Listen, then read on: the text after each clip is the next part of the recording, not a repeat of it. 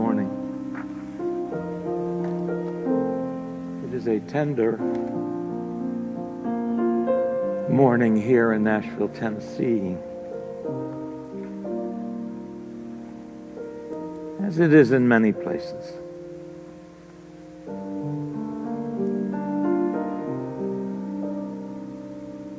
Like those other cities, we had a great deal of violence here in Nashville last night. I wish I could say it's the first time I've seen such a thing, but it is not in my lifetime.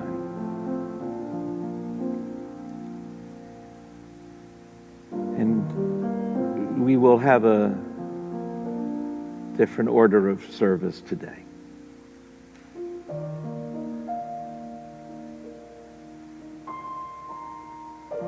I could speak for 4 hours. I promise you I will not. But there is so much to talk about now. While we settle into what will be a little bit of a different day, I think this would be the very best time from where you are to check in and say good morning to friends, to put forth a prayer request for yourself as well as for the whole world.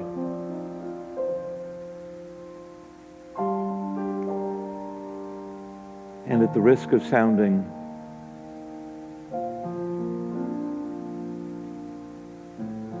silly, I can only say to oppressed people everywhere, I'm so sorry.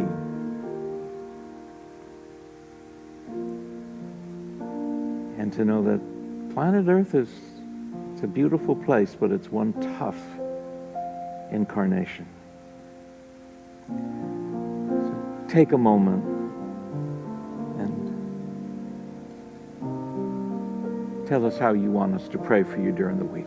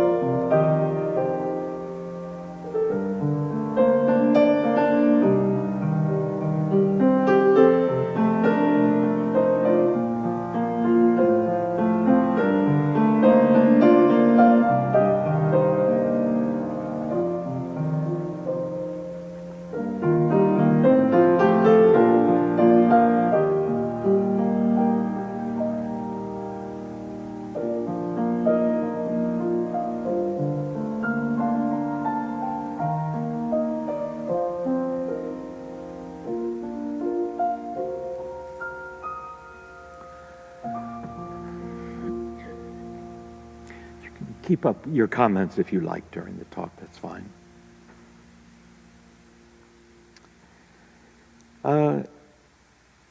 I'm going to stay with our work in the 12 powers, because as it happens, today's power was understanding. And the definition of understanding that the author of the book we're using would have us embrace is to understand is to finally acknowledge at long last the nature of the world, which is a cause and effect world. To know what stands under all of manifestation. To invite us with all the other powers that we've spoken about so far, these aspects of consciousness, to be able to see things as they actually are, while we are about the business of healing that which we can heal and creating the new world which makes the old world obsolete.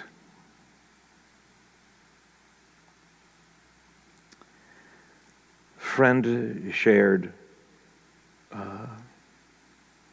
while I was speaking, maybe it was Friday, about the year 2020. And as we all approached the year 2020, we thought, oh, well, every church in the world is going to be doing a clear seeing, perfect vision kind of thing this year. But maybe the invitation is to really look, to really see, without blaming, but with discernment, with righteous judgment, one of the powers we've spoken about, because blaming does nothing. But to really see everything that happens in society as an effect. And what would the cause be underneath that?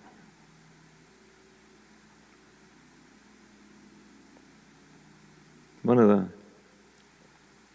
really life-enhancing experiences in my life, I had a magnificent teacher named Grace Evans in college. And as an art history major, she taught proto-Renaissance architecture. It surely wasn't the topic, but she was a master teacher. And her teacher is to see everything in the world that man chooses for itself as an answer to a need or a need being expressed. We are in a high time of seeing needs being expressed. A high time of needs being expressed. And when we look at the expression of people's needs, we are invited to, because this is a spiritual practice, to be in some kind of receptivity, a willingness to see deeper, see beyond the obvious, to see beyond that which may not be very articulate, but to know that a need is being expressed. And if the effect is violence right now, it's not only about the police, because every one of us in our families are extended families who have people who are in police forces somewhere or officers of the court, and we know are fine human beings. But as the writer Patricia Cornwall wrote, is that money is not the root of all evil. The root of all evil is abuse of power.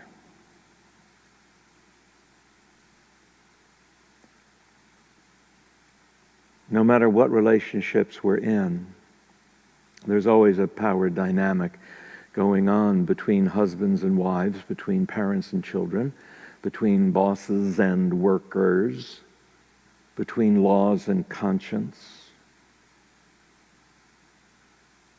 Competing energies of every kind. And so as people who work to understand things, sometimes, at least for me, it's always easier to see things as they go awry. To see things when they decompensate and go, well, what the heck is that about? Well, it is some need, some effect being expressed. And to go deeper into what we would call closer to first cause in any situation.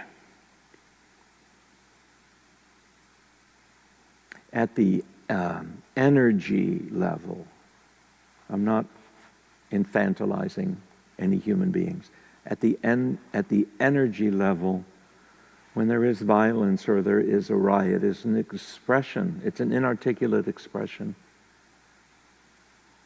of hopelessness. We see 2-year-olds do that regularly, don't we? When they just have a total meltdown and cannot be consoled.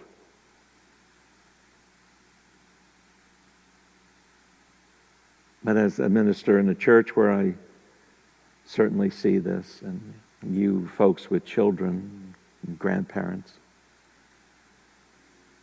when a 2-year-old has a meltdown, you don't call the National Guard, do you? You go, come on, baby.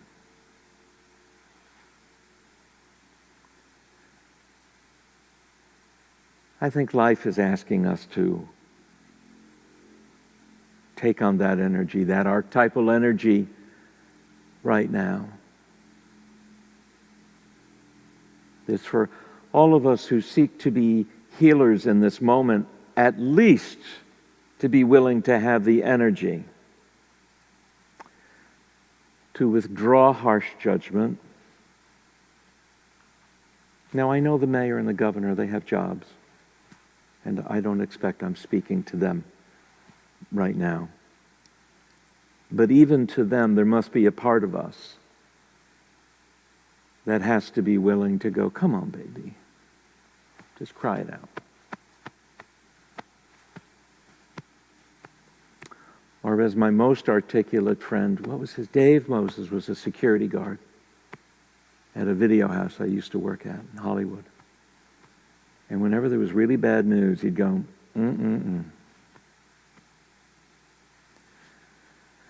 For such a time as this.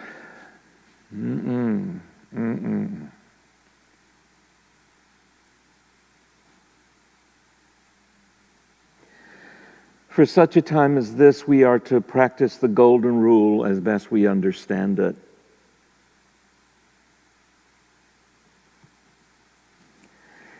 For such a time as this, I invite you to embrace my injunction, which is don't hurt nobody and don't eat no dirt.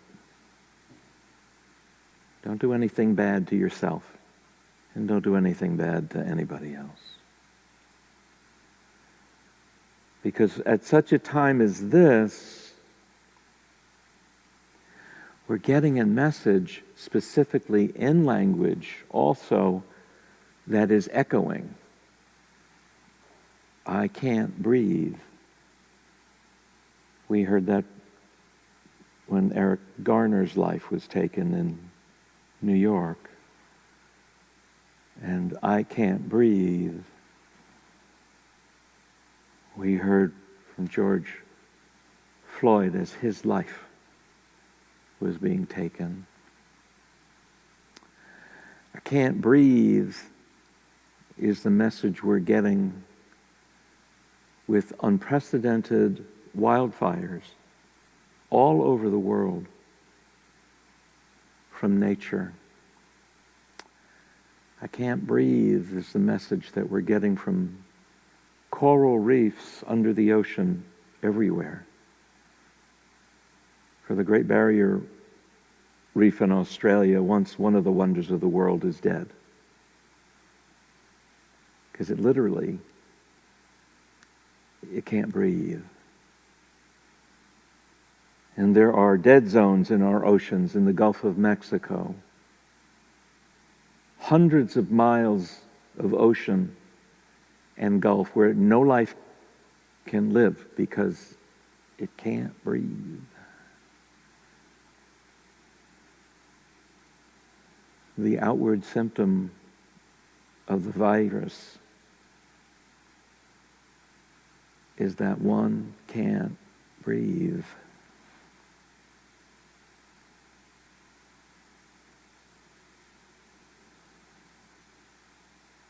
So take a breath, huh? On a morning in Nashville here, the weather is so beautiful it is surreal as it stands in sharp contrast to the feeling of the day. But to breathe,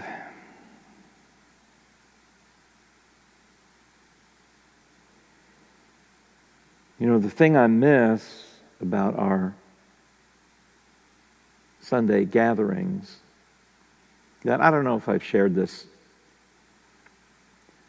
if I've articulated it this way, but this has always been on my mind, foremost on my mind for 30 years, is that we come together on Sundays to conspire. And what does the word conspire mean?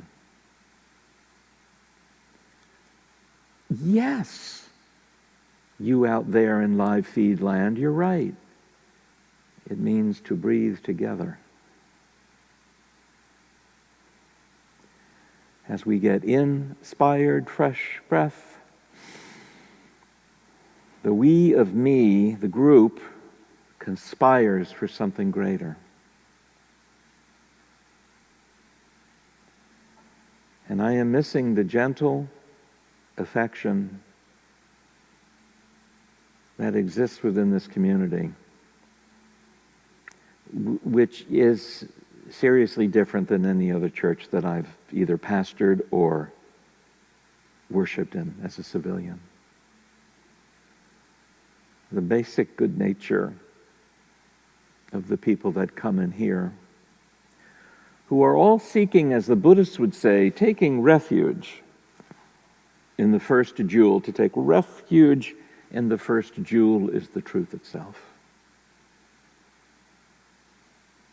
And the truth is that life is. And it is an experience that knows no boundaries and no discrimination, but welcomes all without demand or expectation. And I admit, I miss that. And yet there is work to do. There is work to do. When? And it will be a long time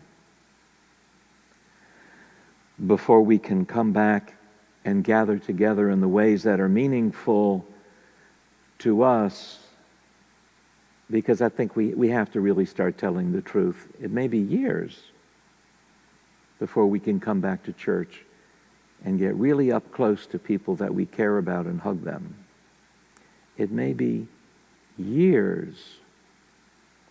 We have to see it as it really is, 2020. And with the understanding that we have, to not call it good or bad, but simply the way things are now. But when we do come back together, and there is a corporate consciousness and energy, we must find new ways of conspiring for the greater good.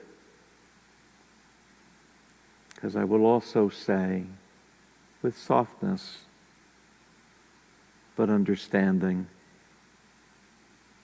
that it is work that must be done.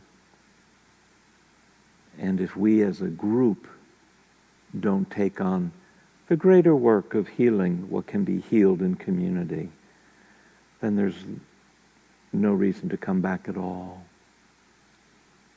Because we can do this. And this has value. Don't doubt that. This has value. Don't doubt that. But for the greatest value to be realized from community, or let me say this, what I realize in my looking at congregations over 30 years is the ones that are most impactful are the ones that are on the same page. Whether I agree with their politics or not. The ones, Quakers, for example, where everyone is on the same page, are the ones that are truly effective. And don't you want to be a part of a community like that? And the answer is, of course you do. There is something in your soul that aches for that. That aches for that. So I'm going to reach down and pick up my cup of coffee. Why don't you do that too? So here's a challenge.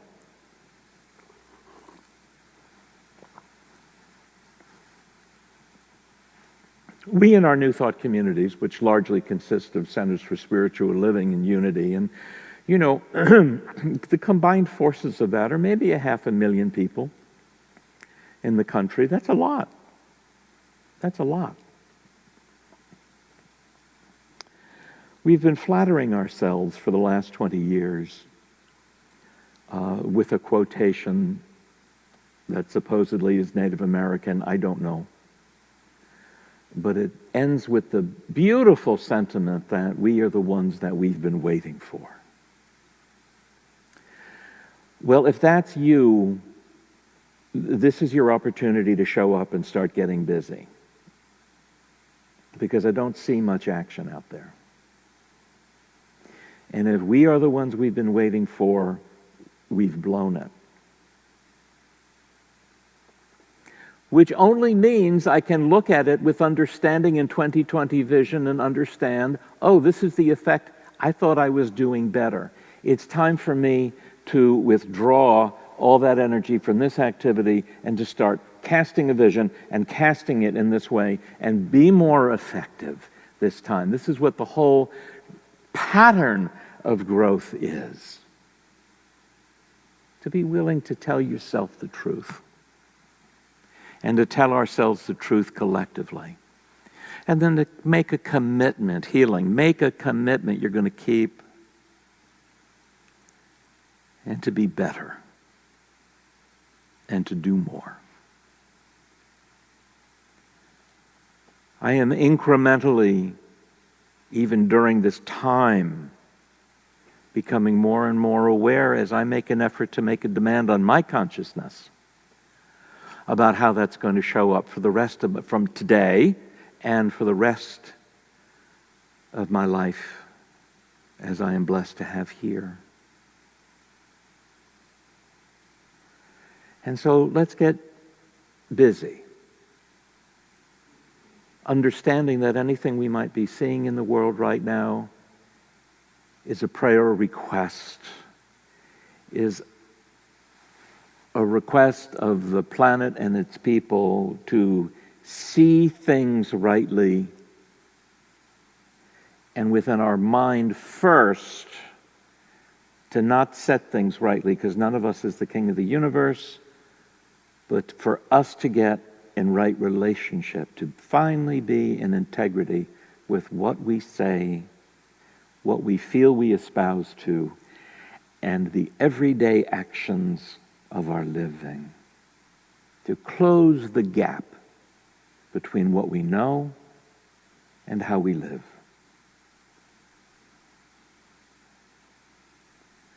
That's a lot. But that's what this incarnation is for.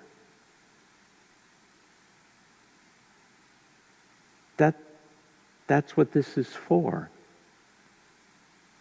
What all the faith traditions have in common at the esoteric level is that they all affirm that the purpose of this life, this incarnation, is to keep peeling back the layers of experience until we remember who we truly are, which is either the thing itself, in Sanskrit is Tattvamasi,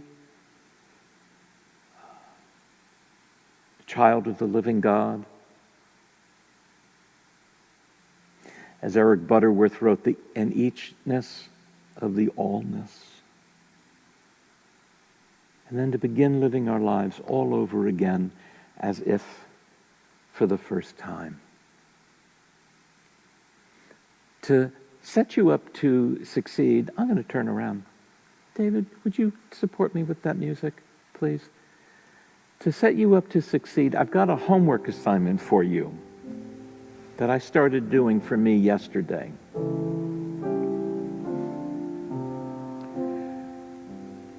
It is easy at a time like this for us to define our lives by the outward experiences that seem to define the times. We can all do that. For those who are my age, we all remember the nuclear weapons tests, at least, in Nevada, which went on all the time. We remember the Cuban Missile Crisis. We remember the Freedom Riders being killed, children being attacked in Alabama. by police dogs, which our president unkindly invoked yesterday. We remember assassinations in Vietnam.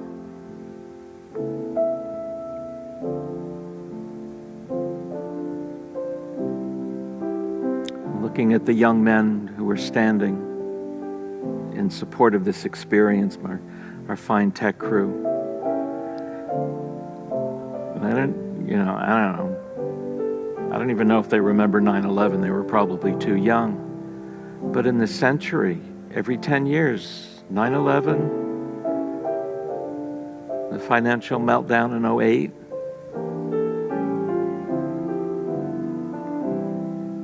this. They don't know a time where America has not been involved in an armed conflict. We've been at war their whole lives.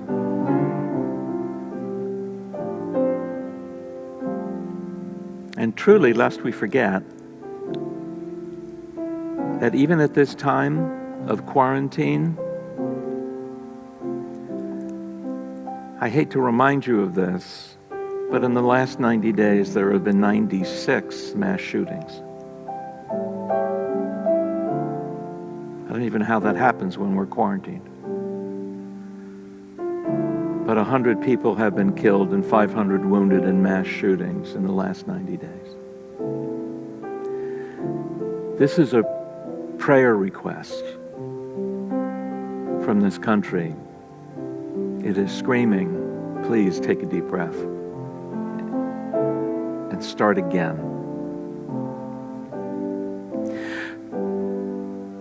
So your homework is to do a timeline of soul growth. Do a timeline for yourself that's attached to notions of truth and beauty. I can tell you at the top of my head, I started with my two grandmothers, May O'Brien and Ida Cawley. And I started with Mrs. Noonan, my kindergarten teacher, who got me, and Mrs. Jeffrey, my third grade teacher, who was the first person that called me an artist. And great works of art that I encountered through times. And friends that I met when I went to college that exposed me to ideas and to music and to ways of being that had never occurred to me, where I kept feeling I was having a greater and greater opening of my soul and an increase of my capacity. And then the discovery of a God of my understanding, which was so different than what toxic religions would have us obey. But these increases of freedom has been a consistent and a beautiful and a powerful thing that I choose to remember or to document right now, and to remember and not forget to contribute back in kind.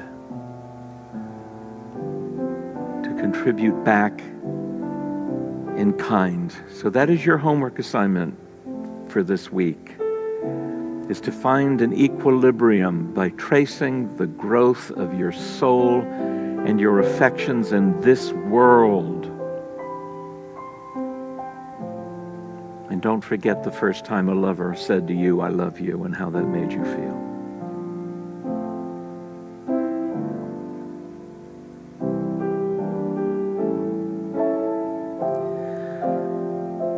We're going to leave you early. And I asked David to play. He's got the whole world in his hands. I looked this morning to see what the attribution was. And it was first published in a printing house in North Carolina in a hymnal called Spirituals Triumphant Old and New. And in 1927, they didn't know if this was old or new.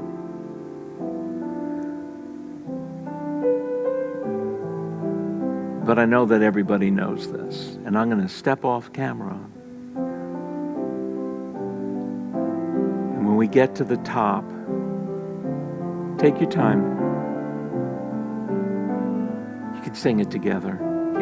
If you don't know every word, I'll sing it so you can hear it. And let's start.